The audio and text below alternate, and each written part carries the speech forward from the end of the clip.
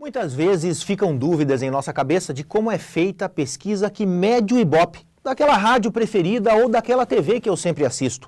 Também ficam dúvidas de como é realizada a pesquisa da intenção de voto daquele candidato X que é líder ou participa de uma corrida à presidência da República, por exemplo.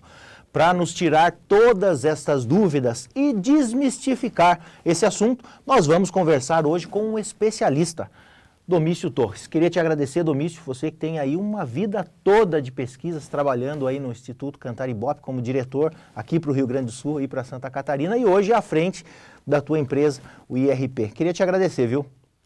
Uma satisfação, João Paulo. Falar sobre pesquisa é uma das coisas que eu mais gosto porque são 42 anos em que eu estou envolvido com esse tipo de trabalho, dos quais 36 junto ao Ibope, né? Na época Ibope. Eu, na verdade, tenho uma marca muito interessante. Na época em que o Ibope fez 72 anos, eu comemorei 36 anos de Ibope, ou seja, um share de 50% da existência do Ibope.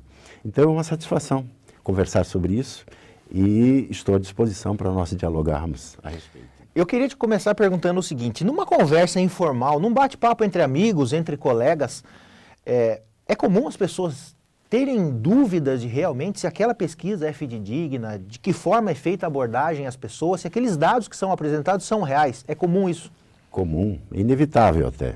Eu tenho vários amigos que inclusive dizem, olha, Domício, eu acredito em você, mas, puxa, esses números não podem ser verdade.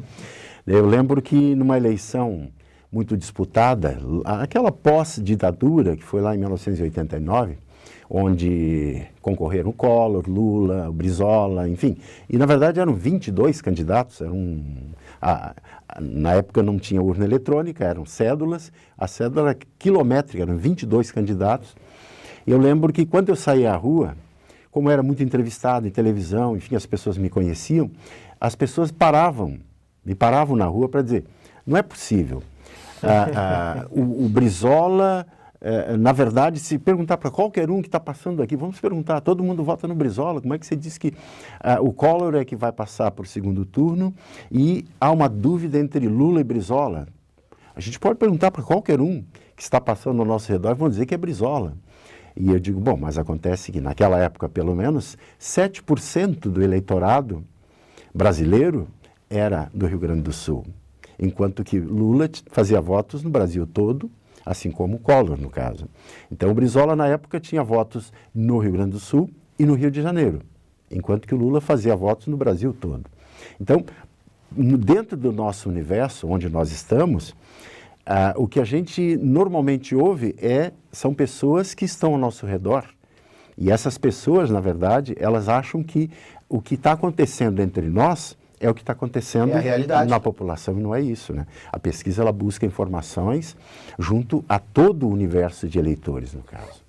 Como é que é o ponto de partida de uma pesquisa eleitoral, por exemplo, no caso, a gente está em ano de eleição para a presidência da República.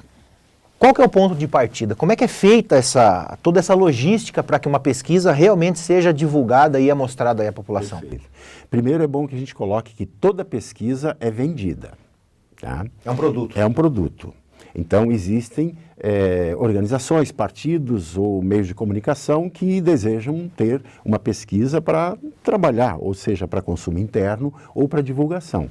Então, a primeira coisa que acontece é um briefing, uma conversa entre quem deseja a pesquisa e o instituto. Então, ele determina, olha, eu quero uma pesquisa estadual, ou municipal, ou nacional. Se é uma pesquisa, como nós estamos agora em ano eleitoral, e o preponderante é presidente da República, então uma organização encomenda uma pesquisa para o Instituto e diz, olha, é uma amostra de Brasil. Então, feito, digamos, a negociação, envia-se a proposta, um determinado valor, uma vez havendo aceitação, começa a trabalhar então a área de estatística do Instituto, onde ali estão estatísticos formados, profissionais competentes, que vão trabalhar para elaborar a amostra. É fundamental esse trabalho porque a pesquisa, ela vai entrevistar uma pequena parte de um todo, mas ela tem que ser uma cópia fiel do todo. Então, os estatísticos do Instituto vão buscar informações junto ao IBGE, junto ao TSE, para saber como é a composição da população brasileira, que vai ser, no caso, estudada. Então, digamos, foram determinadas 2.000 entrevistas. Essas 2.000 entrevistas, elas serão uma cópia fiel do todo da população brasileira. Não estarão ali, evidentemente, todos os municípios, afinal, o Brasil tem hoje em torno de 5.000 municípios, e, digamos, são selecionados alguns desses municípios que receberão a visita dos pesquisadores. Então, essas 2.000 entrevistas, elas são distribuídas e cada instituto tem seu critério. Onde eu trabalhei, por exemplo, no IBOP, as variáveis controladas, que é o que a gente chama, elas são muito rigorosas. Então, por exemplo, caiu na amostra, que normalmente cai as capitais, então chega aqui em Porto Alegre, por exemplo, são selecionados setores censitários, que são do IBGE, ou seja, são áreas geográficas da cidade, onde o pesquisador vai buscar os entrevistados. Ali ele vai procurar pessoas de determinado sexo, idade, grau de instrução e ramo de atividade. Ou seja, não é uma pesquisa aleatória pegar qualquer pessoa na frente, como muitas vezes a gente acha que é. Pensa que é só sair para a rua e perguntar para as pessoas. Não, o filtro do IBOP é muito rigoroso. Ele, por exemplo, a pessoa tem que morar em determinado bairro. Ali ele tem que procurar, digamos, hipoteticamente, uma mulher de 25 a 29 anos que tenha grau de instrução, ensino médio, que seja dona de casa, mas que o marido trabalhe no comércio como empregado. Então, naquela área, ele tem que procurar uma pessoa com essa característica. Só depois disso é que ele vai aplicar a entrevista. Então, veja, é um filtro bastante rigoroso. Existem institutos que eles trabalham em pontos de fluxo. Então, por exemplo, trazendo o exemplo de Porto Alegre, Avenida Borges com a Rua da Praia, né? Ali naquele centro. As pessoas que vão passando, o pesquisador seleciona através de uma amostra que é exigida dele, pessoas por sexo, por faixa etária, por grau de instrução e que morem no município onde está sendo feita a pesquisa. Então, é um pouco diferente do IBOP, por isso que eu disse que o do IBOP é um pouquinho mais rigorosa do que... Mas também não significa que um vai acertar mais do que o outro. São critérios apenas, né? O que importa é que, estabelecido o número de entrevista, existe para isso o que se chama intervalo de confiança e a margem de erro, né? Que vai depender do número de entrevistas. Bom, em paralelo a isso, enquanto a área de estatística está montando a amostra, elaborando a amostra, tem a parte da sociologia que entra em ação, que é desenvolvimento do questionário. Porque perguntar é uma ciência. Responder todos sabem, mas perguntar exige uma certa sabedoria. Se você pergunta mal, você vai ter também uma resposta atravessada, enviesada. Então, entra em ação a parte humanística do Instituto, que é elaborar as perguntas. Essas perguntas são testadas para que, digamos, veja se não há interpretação dúbia, se não há sobreposição, se não há influência dentro da própria pergunta, do próprio questionário, por exemplo. Faz uma pergunta fora do lugar ideal. Ela já está influenciando uma outra resposta que venha logo a seguir, de uma pergunta que venha a seguir. Então, tudo isso é pesado. Concluído essas etapas, então, vai esse material para o supervisor que vai treinar a equipe para realizar o trabalho. Então, esses pesquisadores são treinados, é feito testes pilotos, eles fazem simulações, e quando a coisa está totalmente definida, bem entendida pela equipe, aí eles vão a campo, então, para realizar as entrevistas. Domício, a gente, né, é comum em ano eleitoral as pessoas se basearem muito, principalmente porque o meio de chegar à comunicação nas pessoas hoje ele é muito fácil, né? A tecnologia ela facilitou esse acesso, né? Embora nesse meio de turbilhão de informações, muitas coisas falsas, como vem crescendo a fake news, né?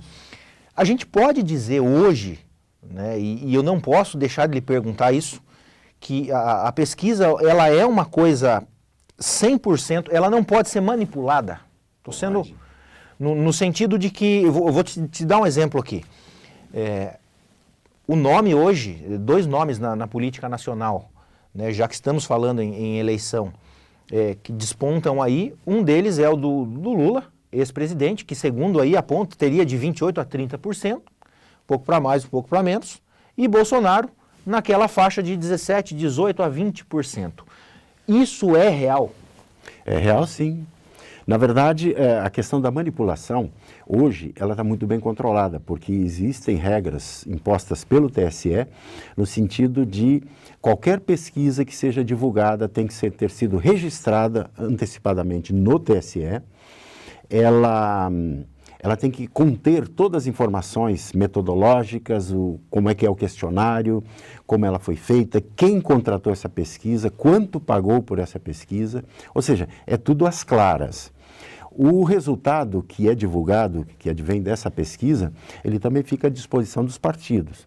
Quando um partido sente que um determinado instituto divulgou um resultado e que está, digamos, bem diferente do que vem sendo apurado pelos demais, ele acaba sendo, digamos assim, ficando sob suspeita e esse partido tem, digamos assim, o direito de pedir ao TSE que investigue, que esse instituto mostre as provas de que esse trabalho que ele fez está dentro dos critérios técnicos, enfim.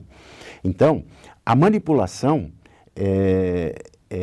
ela dificilmente vai acontecer junto a institutos tradicionais, institutos fortes, institutos sérios, cuja, digamos assim, cuja ação deles depende exatamente dos resultados de pesquisa. A pior coisa que existe é existir a eleição, a pesquisa prognosticou um determinado resultado e a urna mostra um resultado totalmente diferente do que aquilo que foi apurado pela pesquisa. Eu ia lhe perguntar isso. Isso é a pior coisa que existe, quer dizer, nenhum instituto quer que isso aconteça, ou seja, todos trabalham a fim de que o trabalho esteja tecnicamente perfeito, que o campo tenha sido realizado também de uma maneira correta.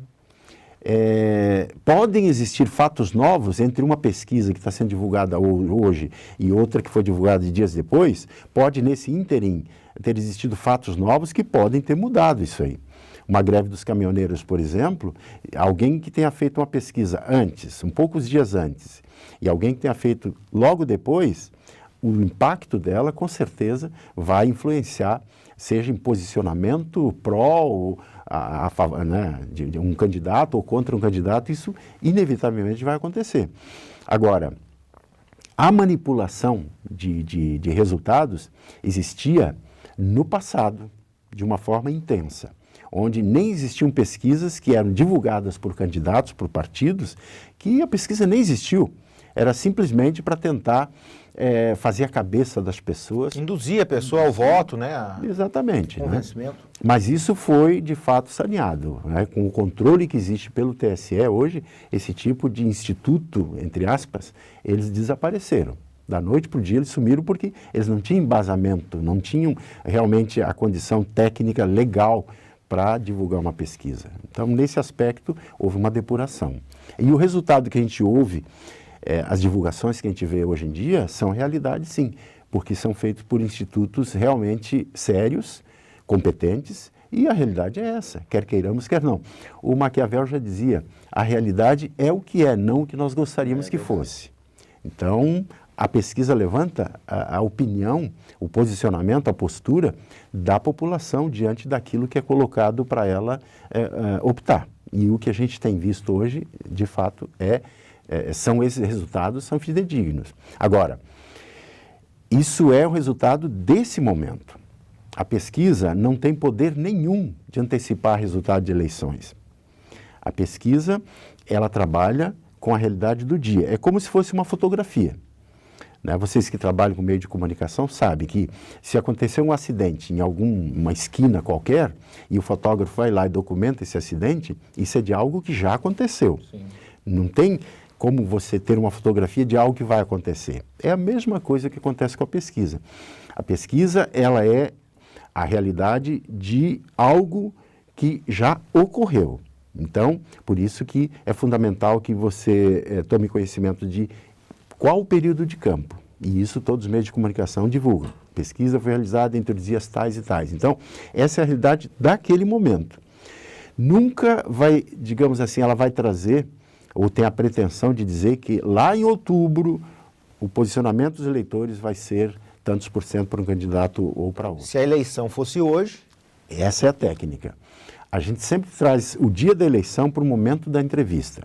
Então, seu João Paulo, se a eleição fosse hoje, em quem você votaria para presidente da República, para governador, para senador, para deputado federal, para deputado estadual, que é o contexto da eleição desse ano? Todas essas perguntas são realizadas dessa forma. É a primeira delas que é espontânea. O pesquisador não dá indicação nenhuma para o entrevistado. Feita essa pergunta, ele então faz a segunda, onde ele dá um disco de papel com o nome de todos os postulantes, né, os candidatos, e aí ele faz então, traz de novo o momento da eleição para aquele momento e pergunta: se a eleição fosse hoje e os candidatos fossem estes, dá o disco de papel com o nome dos candidatos, ele pergunta em quem o senhor votaria. Então essa é a forma. Então nunca é uma projeção do que vai acontecer, é sempre sobre algo que é no momento está sendo feita a pesquisa. Domício, é comum as pessoas terem dúvida com relação à margem de erro. Por que varia a margem de erro de uma pesquisa para outra? A margem de erro ela tem a ver com o número de entrevistas. Quanto maior o número de entrevistas, menor vai ser a margem de erro. O contrário também, quanto menor, maior vai ser a margem de erro. Então, uma pesquisa eleitoral hoje para dizer quem vai ser o presidente da República, ela normalmente é feita com 2.000 entrevistas. 2.000 e pouco, enfim, nessa faixa. No país todo. No país todo. E aí a margem de erro é 2 pontos percentuais. Então, é bom que a gente esclareça que 2 pontos percentuais não são 2%. Né? 2% de 2.000 é uma coisa, 2 pontos percentuais é outra coisa. Então, por exemplo, se um candidato tem 30 pontos percentuais de preferência do eleitorado, se a margem de erro é 2 pontos percentuais, na verdade ele pode ter 32 ou 28. Ou seja, seguramente ele estaria com esse percentual se a eleição fosse hoje. Por isso que é sempre divulgado lá na véspera da eleição o que se chama de prognóstico eleitoral. É a única pesquisa que tem essa presunção de querer antecipar o resultado da eleição. Porque, afinal de contas, a eleição vai ser, tipo, no dia seguinte. Então, na véspera é divulgado o prognóstico. E aí o candidato que tenha 30 pontos percentuais e a margem de erro é 2, no dia da eleição, ele vai ficar entre 28 ou 32. Se não der esse resultado, aí a pesquisa errou. E a pesquisa pode errar, porque a pesquisa, na verdade, ela não trata com números absolutos, ela trata com estimativas. Né? Veja, 2.000 pessoas para representar o universo de 100 e tantos milhões de eleitores é algo quase que mágico. Quase mágico. E, via de regra, ela acerta quase que na mosca. Já aconteceu no meio do caminho de dar um número numa pesquisa e o final, o resultado ser completamente outro? Você teve alguma experiência assim nesses mais de 40 anos? Já teve sim.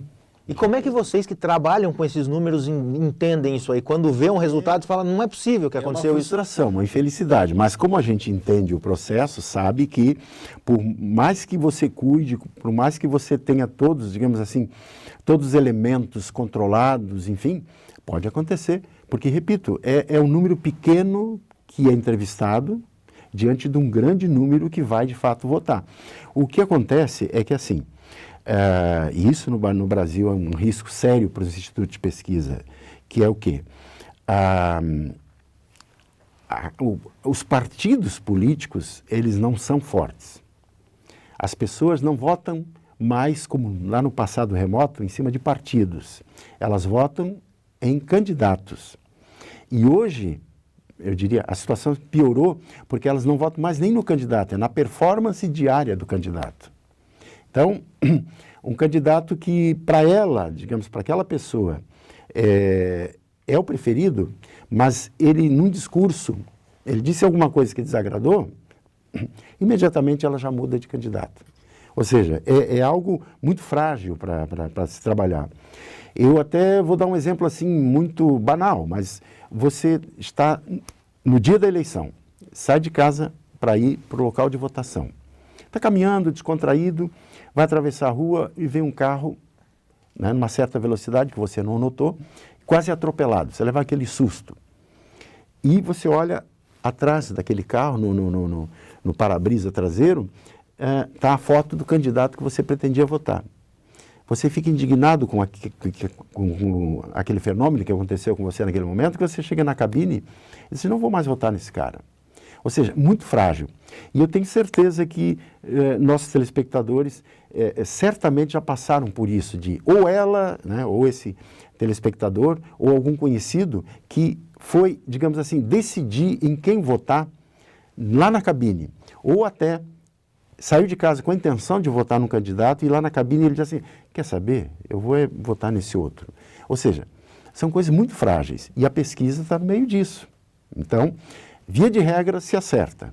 O normal é isso aí. Eu, em 23 anos que eu atuei na área política também, porque meu começo de carreira no Ibope foi atuando em área política, eleitoral, de opinião, de mercado e de mídia. Eu atendia todos esses clientes. Do ano 2000 para cá, o Ibope mudou o formato. A parte de opinião e eleitoral ficou centralizada em São Paulo. E as filiais ficaram com a parte de mídia, que ocupava muito tempo. Mas até o ano 2000, eu estive envolvido com 16 eleições, entre Rio Grande do Sul e Santa Catarina, que eu atendia. E também primeiro e segundo turno, porque cada um dos turnos é uma eleição, né? Então, em 16 eleições que eu participei, que eu estive envolvido como responsável, eu não errei um resultado. Em todos os níveis, seja de governador, prefeito, deputado, senadores, enfim. Por quê? Porque a pesquisa, de fato, é algo maravilhoso, é algo que tem esse poder realmente de verificar com um número pequeno, que não custa tanto, qual o pensamento da população. E daí a gente consegue, as empresas conseguem ter soluções para produtos que estão encalhados, o que está acontecendo com esse produto. Uma emissora que tem um programa de rádio ou de televisão, puxa, como é que está a audiência disso? A pior coisa que eu costumo dizer, que a pior coisa que existe para um comunicador é ele estar no seu estúdio, 1,5 metro, 2 metros quadrados, sozinho, e ele entusiasmado, falando, etc., e ele não sabe nem para quem ele está falando. Tá? Isso deve ser uma coisa realmente frustrante para ele. Então, a pesquisa, ela traz esse feedback, ela traz para ele, eu estou falando para um público mais da classe social X, do sexo tal, da faixa etária, enfim, são informações que abastecem a ele. Se, porventura, a proposta do programa era uma, de atender um determinado público, e o resultado que vem de campo é outro, vai fazer com que ele ou mude a linguagem ou mude o estilo do que ele está fazendo para tentar atingir aquele público que para a emissora é importante atingir naquele horário. Domício, quero te agradecer, sucesso para você como pessoa, sucesso ao IRP, né, que tem esse trabalho fantástico. A gente desmistificou uma coisa hoje aqui, tivemos uma aula sobre pesquisa que não é uma coisa tão simples igual as pessoas pensam. Exatamente. Eu é que agradeço a oportunidade, preciosa sem dúvida. A gente volta com vocês aí no estúdio depois dessa aula com Domício Torres.